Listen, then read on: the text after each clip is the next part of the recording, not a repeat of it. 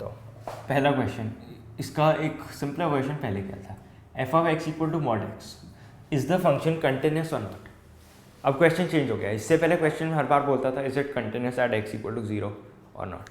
अब क्वेश्चन बोल रहा है कि इज इट कंटिन्यूस और नॉट। पहले तो हमारा पेन टेस्ट हमने पिछली बार किया था, किसी भी पॉइंट पे ये फंक्शन बनाने के लिए मुझे पेन नहीं उठाना पड़ा, यानी कंटिन्यूस है। बट इसको प्रॉपर अगर मैथमेटिकली करें, कंटिन्यूस यानी सबसे पहले आइडेंटिफाई डोमेन, क्योंकि अब फंक्शन के कंटिन्यूस होने के लिए उसकी डोमेन बहुत इंपॉर्टेंट। इसकी डोमेन क्या है, F of x equal to mod X की डोमेन होती है आर, अनलेस स्पेसिफाई किया गया हो कि इस केस में ये फंक्शन मॉड एक्स है फॉर एक्स बिलोंगिंग टू 1,2 या 2,3 या -5,6, तो उस केस में डोमेन क्वेश्चन में नहीं रिस्ट्रिक्ट कर दिया। पर अगर नहीं किया तो हमें इसकी डोमेन निकालनी है, इसकी डोमेन जो है आर है, यानी एक्स बिलोंगिंग टू आर के लिए हमें देखना है कंटिन्यूस है या नहीं है। कैसे करेंगे, पीसवाइज फंक्शन है, इसको तोड़ देते हैं। क्या ऐसे लिखते हैं, minus X X less than 0, 0 X equal to 0 and X X more than 0। अब एक प्रॉपर्टी जो पहले भी बताई थी कि ये पॉलिनोमियल फंक्शन इज कंटिन्यूस, ये आगे हम प्रूव कर देंगे, बट अभी के लिए हम अलग अलग क्वेश्चंस में यूज़ कर सकते हैं। तो अगर ये फंक्शन कंटिन्यूस है, यानी ये आर में रियल नंबर में हर पॉइंट पे कंटिन्यूस होना चाहिए। तो मतलब मुझे बेसिकली 3 टाइप ऑफ केसेस लेने हैं। मुझे ये प्रूव करना है कि ये एक्स लेस देन 0 के लिए हर जगह कंटिन्यूस है, एक्स इक्वल टू 0 पे कंटिन्यूस है, एंड एक्स मोर देन 0 के लिए हर जगह कंटिन्यूस है। X more than equal to 0 के लिए फंक्शन एक्स वैल्यू ले रहे हैं, क्योंकि पॉलिनोमियल है इसलिए हर जगह कंटिन्यूस है। ये एक्स लेस देन 0 के लिए फंक्शन माइनस एक्स ले रहा है, अगेन है पॉलिनोमियल, यानी कि एक्स लेस देन 0 के लिए हर जगह कंटिन्यूस है। एंड एक्स इक्वल टू 0 के लिए हमने पिछली बार प्रूव किया फंक्शन कंटिन्यूस है, क्योंकि तीनों जगह हमने कर दिया कि तीनों एरियाज कह लूँ मैं या सेगमेंट्स कह लूँ फंक्शन कंटिन्यूस है। तो फंक्शन हम कह सकते हैं F of x equal to mod x is continuous in R, या f of x equal to mod x is continuous.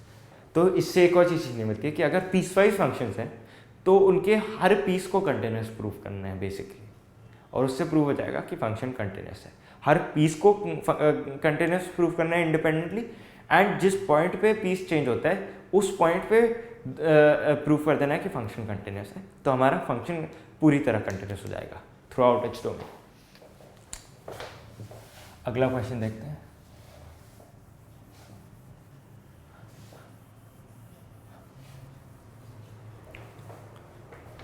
F of x equal to X cube plus X square minus 1। Pen test अगर आप लोग बना के देखेंगे अपनी copy में तो पेन टेस्ट सजेस्ट करेगा ये कंटिन्यूस है। हमारा थ्योरम जो कहता है कि थ्योरम या फिर एक तरीके से एक लेमा टाइप कह लें, कहता है कि पॉलिनोमियल फंक्शंस आर कंटिन्यूस, वो भी ये कह रहा है ये कंटिन्यूस है। इसका proof,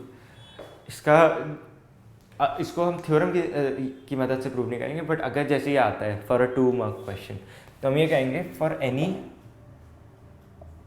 x equal to c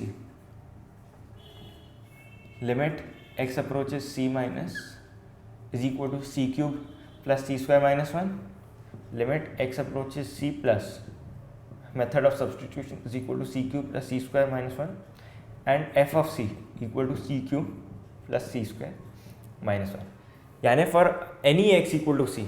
अच्छा, इसकी जो ये चीज़ मैंने अपने माइंड में ही कर ली थी बट बताना भूल गया, पहला स्टेप डोमेन आइडेंटिफाई करना। इसके इसमें डोमेन आर है, यानी कि हमें ये लिखना होगा for any x equal to c, और या for any x belonging to R. For any x equal to c x belonging to R मतलब कि for any x in its domain, limit left hand limit right hand limit value of the function at that point, दोनों exist कर रही है, limit exist कर रही है, equal है, यानी फंक्शन इज कंटिन्यूस। अगले क्वेश्चन बताते हैं।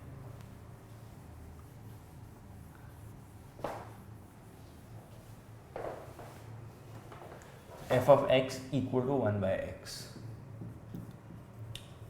पेन टेस्ट करते हैं एक बार। F of x equal to 1/x का ग्राफ कुछ ऐसा होता है।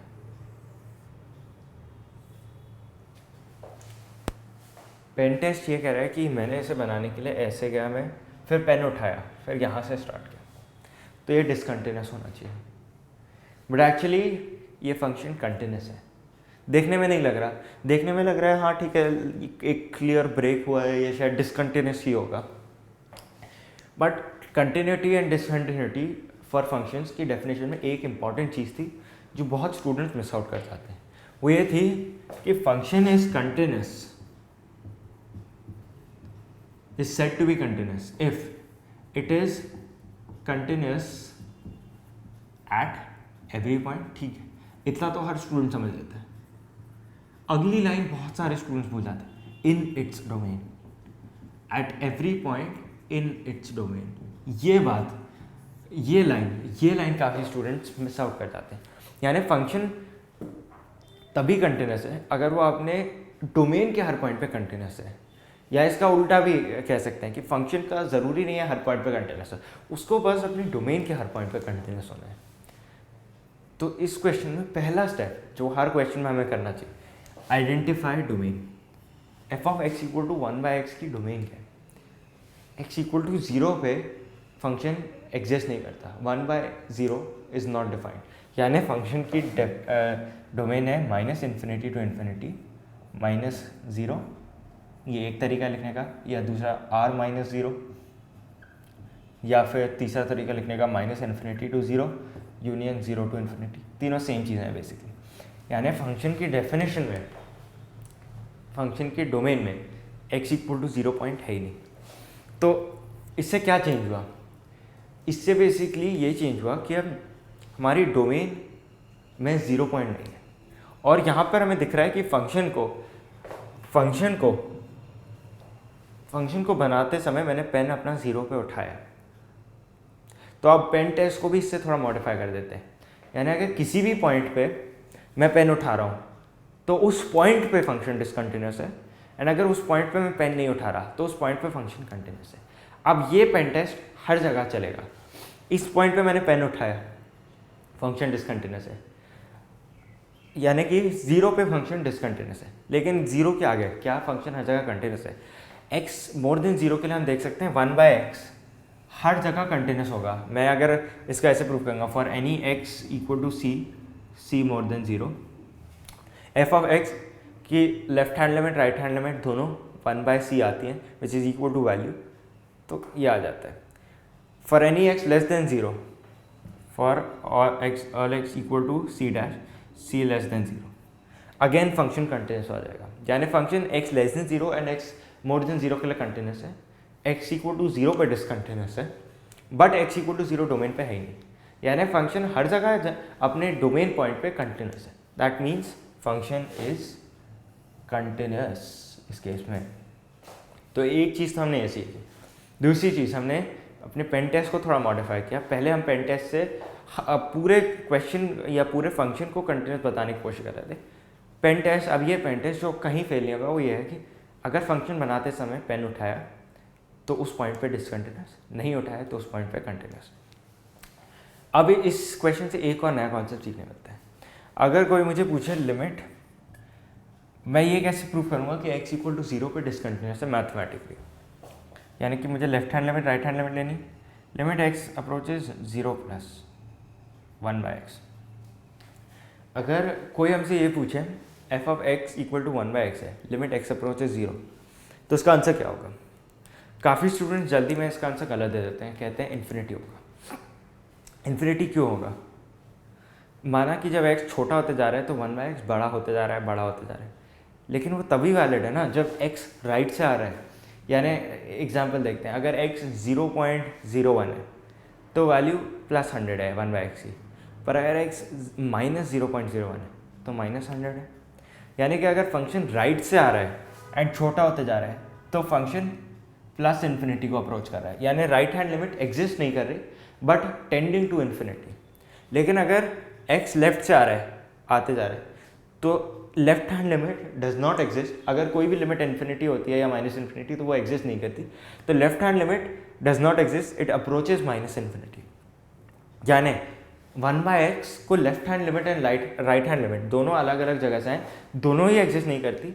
एक प्लस इन्फिनिटी को अप्रोच करती है, एक -∞ को, क्योंकि left hand limit not equal to right hand limit, therefore function is discontinuous. एक और चीज़, अगर इस ग्राफ को मैं हल्का सा चेंज करता एंड फंक्शन को कुछ ऐसा बना देता। इस केस में मेरी left hand limit equal to right hand limit होती इक्वल टू इन्फिनिटी। देखने में सही लग रहा है, इसमें हल्की सी एक गलती है। अगर इन्फिनिटी है तो जनरली हम इन्फिनिटीज़ को इक्वेट नहीं करते हैं, यानी कि अगर मैं कह रहा हूँ कोई left hand limit equal to infinity and right hand limit equal to infinity, तो ये कहना पूरी तरह से सही नहीं होगा कि left hand limit equal to right hand limit. जैसे ये वही बात हो गई, ये कहना कि infinity minus infinity equal to zero, ये गलत है। Infinity minus infinity can be equal to infinity, it can be equal to zero. यानी कि अगर फंक्शन ऐसा है जिसकी लेफ्ट हैंड लिमिट या राइट हैंड लिमिट इन्फिनिटी या माइनस इन्फिनिटी एग्जिस्ट करी, तो हम ये कहेंगे कि the limits do not exist, the left hand limit and the right hand limit do not exist. तो उस केस में लिमिट ही नहीं एग्जिस्ट करी तो फंक्शन वैसे भी उस पॉइंट पर कंटिन्यूस हो ही नहीं सकता। तो ये था। तो बेसिकली इस क्वेश्चन से एक तो हमने पेन टेस्ट का एक मॉडिफिकेशन सीखा, ये सीखा कि फंक्शन का डोमेन सबसे इंपॉर्टेंट चीज़ होती है उसके कंटिन्यूस डिसकंटिन्यूस होने के लिए, कि डायरेक्ट ग्राफिकली बना के समझ नहीं सकते, क्योंकि हमें पहले ये पता होना चाहिए उसकी डोमेन क्या है। तीसरी चीज़ कॉन्सेप्ट ऑफ इन्फिनिटी, यानी कि जब x अप्रोच जीरो कर रहा है ऐसे टाइप के फंक्शन, फॉर एग्जांपल 1/x, तो वैल्यू जो इतनी लार्ज वैल्यू जो अप्रोच करता है फंक्शन उसे इन्फिनिटी कहते हैं। फॉर जैसे कि देखा यहाँ पे 1/x, x अप्रोच है जीरो प्लस इन्फिनिटी को अप्रोच कर रहा है, तो इस केस में limit does not exist. Similarly अगर ये ऐसा होता है f(x) इक्वल टू 1/x का ही जैसे मैं ग्राफ बना दूँ, तो x less than zero, x left hand side से अप्रोच कर रहा है, तो 1/x माइनस इन्फिनिटी को अप्रोच कर रहा है। तो एक कॉन्सेप्ट ऑफ इन्फिनिटी भी देखा। ठीक है, ओके, ब्रेक।